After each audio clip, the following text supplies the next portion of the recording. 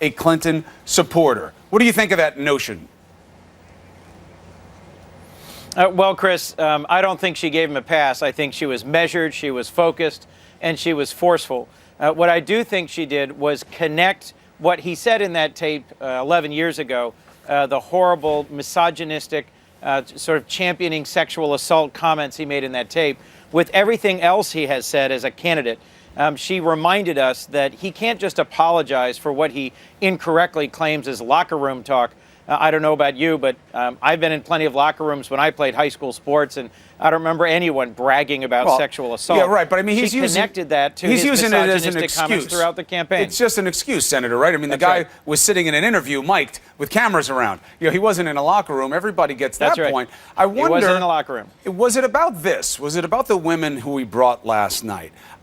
These women from Bill Clinton's past that Trump wanted to have in his family box. Ironically, this same group of women Donald Trump dismissed as an ugly bunch of accusers back when this was actually happening in our political history. He said that you know, it was wrong for Clinton to be impeached, that all of this was wrong to be done to Hillary Clinton. But now there they are. Did that have a chilling effect on your candidate?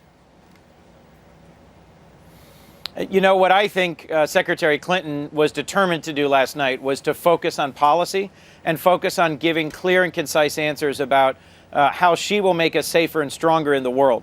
Donald Trump instead picked a fight with his running mate, suggested that he really has no idea how to defeat ISIS, and gave answers on a whole range of issues from economic policy to how to make us safer in the world that left me wondering how any credible Republican candidate for Senate can remain a public Donald Trump supporter. What did you make of this moment?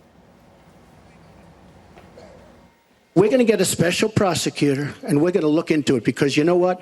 People have been, their lives have been destroyed for doing 1/5 of what you've done. And it's a disgrace. And honestly, you ought to be ashamed of yourself. Secretary, everything he just said is absolutely false, but I'm not surprised. Really? Go to HillaryClinton.com. We have literally Trump. You can fact check him in real time. It's just awfully good that someone with the temperament of Donald Trump is not in charge of the law in our country. Yeah, because you'd be in jail. Your response? Chris, that's unbelievable. As a member of the Foreign Relations Committee, I've traveled to and I've had to work with countries where threatening to jail and then actually jailing your political opponent is common practice. That's what dictators do. That's not what candidates for the presidency in a democracy do. And I think this was, in some ways, his most irresponsible moment of the night, as he continues to undermine respect for the rule of law. The Republican director of the FBI has thoroughly investigated this issue and has chosen not to pursue any charges because there aren't any chargeable offenses here.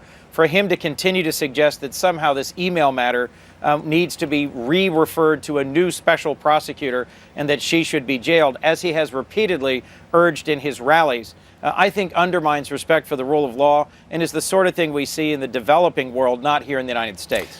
Hillary Clinton did not take Donald Trump on point for point with his email allegations last night. Why? Because there were so many other things that he said that needed and deserved a forceful response. And frankly, because I think the idea that this was a measured debate where both sides were point for point engaging in a thoughtful discussion was clearly not the case from the opening lines. But do you think that she could have helped herself by saying, hey, what you just said about me deleting after the subpoena, that's not how it worked. That's just a lie. Or do you think that her team has decided it's baked in, this issue with Hillary Clinton? You can't defend the emails. You're not going to make any ground with the people who believe it. It may be that, as is the case with so many other things he says that are just not true, that they've concluded that folks have made up their mind one way or the other.